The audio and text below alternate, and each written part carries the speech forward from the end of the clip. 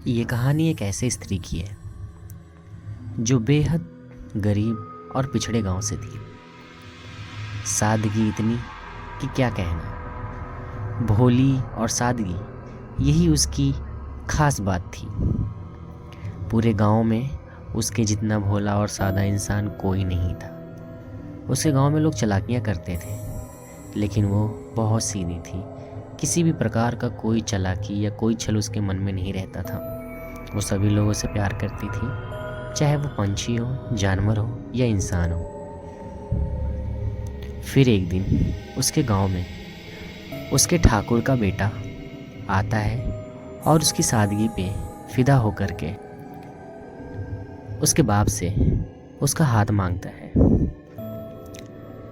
पिता गरीब होने के नाते अमीर कहाया हुआ रिश्ता ठुकरा न सके और दे दिया अपने मासूम बेटी का हाथ अपने ठाकुर के बेटे के हाथ में। शादी बड़े धूमधाम से हुई।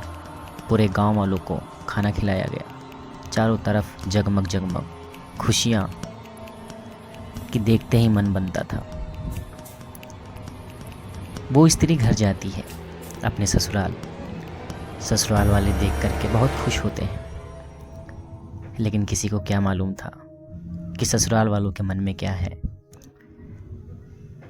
शादी के एक हफ्ते तक सब कुछ ठीक रहा, लेकिन जैसे जैसे मेहमान जाने लगे घर वालों के बिहेवियर में बदलाव आने लगा, उनके व्यवहारों में बदलाव आने लगा।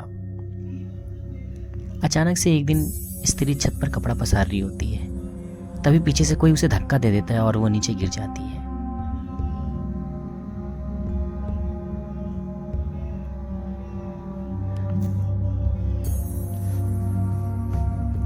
उसकी लाश को ठिकाने लगा दिया जाता है। ठिकाने भी ऐसी जगह लगाई जाती है जहाँ किसी को भनक भी नहीं लगता।